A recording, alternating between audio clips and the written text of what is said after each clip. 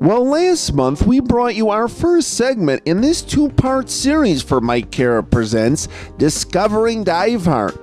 The DiveHeart Foundation was founded in early 2001 and is a non-profit, tax-exempt 501c3 national organization chartered in the state of Illinois. The purpose of DiveHeart is to provide and support educational scuba diving and snorkeling experience programs that are open to any child, adult, or veteran with a disability, with the hope of providing both physical and psychological therapeutic value to that person. It is the can-do spirit that DiveHeart hopes to instill in all its participants by giving them the confidence and independence that allows them to face their own life challenges and overcome barriers that before might have seemed insurmountable. Through scuba diving, the DiveHeart Foundation supports and facilitates programs that teach children and adults with disabilities to fly. Thanks to the Wonder of Water column, the oceans and lakes of the world become the forgiving, weightless environment of outer space, giving perfect buoyancy to a child or adult who would otherwise struggle on land. First off, Amy Griffith, Dive Event Coordinator for this DiveHeart Dive event at Oak Lawn Community High School, tells us what was happening in the pool. Well, once again, we're discovering DiveHeart, and we're back, and we're taking a look at the pool, and we're back with Emily, and Emily is going to tell us what we're looking at and what's going on right now. Currently, what you're looking at is a Discover Scuba training. Every participant that's in there that's back to you is learning skills from the instructors right in front of them.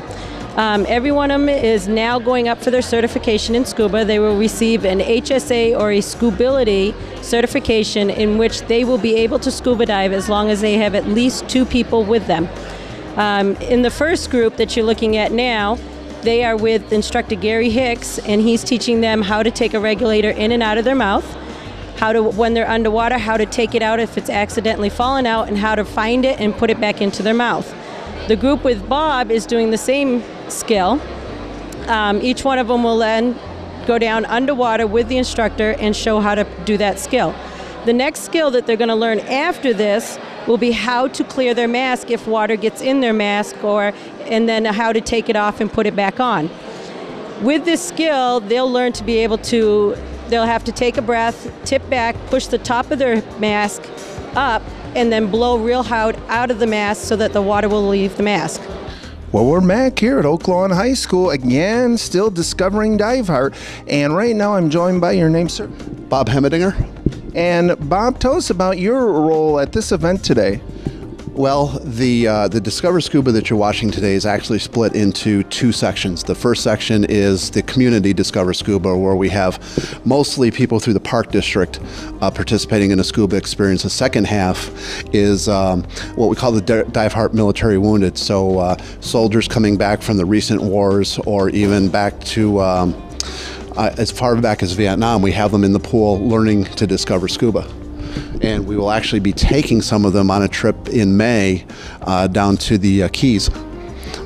Oh, great. And so you're the, like we were saying, the head instructor. You're instructing everyone today, or? I'm the lead instructor, and in that capacity, basically, I organize the DiveHeart resources necessary, at least for the first half of the program. The gear, making sure the gear is accounted for, that it gets here, making sure that we have everything we need for the participants to have a safe, fun experience in the pool. Now, there are other instructors here. I just happen to be the one that helped arrange for the pool resources through Joe McCurdy and the school district. And so, yeah, I'm kind of a lead instructor, but really there's a whole bunch of other instructors and volunteers out there that make this work probably harder than I do. Well, we're back once again discovering DiveHeart here at Oak Lawn High School. And speaking of that, I have a gentleman who is the assistant principal here. Can you tell us your name, sir? Joe McCurdy. And Joe, tell us about what is happening. I guess you're actually providing the pool today for DiveHeart? Yes, for the last about a year and a half, we've been providing the pool to DiveHeart on like a 1 day a month basis. Oh, great. So they come here, like you said, every so often, and it's great you could provide the place for them. Yeah. They could be coming out approximately like the first Sunday of every month. It's a relationship they develop with our Board of Education to provide the pool to DiveHeart in our community for this great opportunity.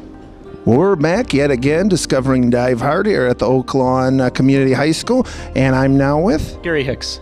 And Gary, I understand that you're one of the instructors here for today's event? Yes, and I'm the lead instructor for the disabled veterans and one of the DiveHeart's primary instructors right now. Yeah, and that's right. The disabled veterans now from Hines Hospital, they're going to be coming in, is that right? Yes, we have a couple of them. We have some vets from Hines, blind, and other disables. We also have some people that have been from Jesse Brown and a couple of the other disabled centers as well.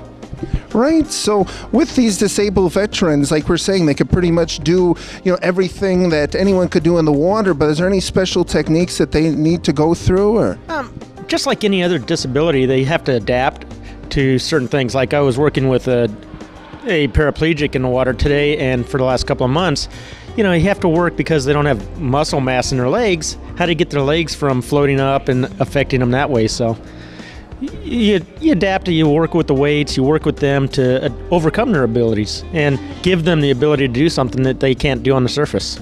Well, we're here once again discovering DiveHeart, and I'm with some individuals, and your name is? Luke Hemenitz. And your name? Gary Pierce. And your name? Cameron Sieber. And now I understand that you're from Northwestern, and you have some sort of device that you're testing out. Can you tell us about that? Yes, we're engineering students at Northwestern University, and we're working on an underwater propulsion device to replace one that has already been made.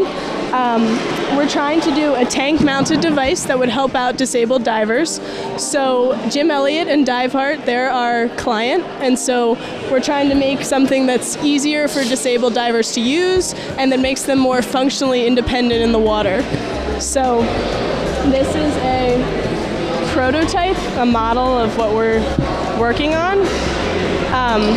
And basically, it gets strapped onto the tank underneath, and we have a motor and a battery inside here and a rudder system in the back. And so the diver is able to steer in front of him, and basically it's more simple and easier to use, hopefully, than the device that has already been made. And how has this device been working so far? Have you been testing it so far? Have you got it in the water today yet? Or? Yes, I tested the other model, and this model would be so much better, I think, when she is done fulfilling, having this done. And with it being strapped to me, that one seems to get away from me as I'm doing it. So if it's strapped to me, I believe that I'll have more freedom out in the water. Great. And now, can you tell us, let's see, what material this is? It's plastic? Or? This model is actually made out of foam core, which is foam that's layered with a thin cardboard on each layer. But our actual prototype is being laid in fiberglass, which is actually setting right now. So that way it'll be completely waterproof, lightweight, and durable. So that's a little taste of what DiveHeart is all about. I hope we were able to truly discover DiveHeart. For more information about DiveHeart and of course volunteer opportunities with DiveHeart, please visit their very special website at www.diveheart.org. Special thanks to Jim Elliott and the entire DiveHeart gang for making this segment possible, as well as their hard work and dedication toward DiveHeart. Long live DiveHeart!